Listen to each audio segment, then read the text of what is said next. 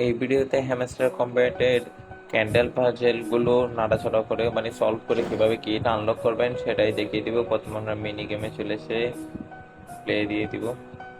আজকে একটা সময় 1 মিনিট, আপনারা আস্তে আস্তে করতে পারেন। আমি ভিডিওটা তো প্রতিদিনের মধ্যে স্লো করে দিছি। রেড দুইটাই নিচে আনবো।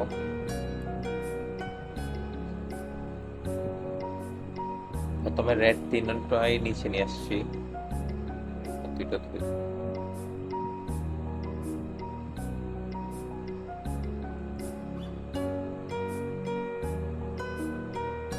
সলভ হয়ে গেছে। আমার মাত্র 15 সেকেন্ড লাগছে, হয়ে গেছে। আজকে কি পাজল সলভ হয়ে গেছে। কার কয়টা কি হয়েছে জানাবেন। আমার তো অবশ্যই 20টা মতো হয়েছে হয়তো।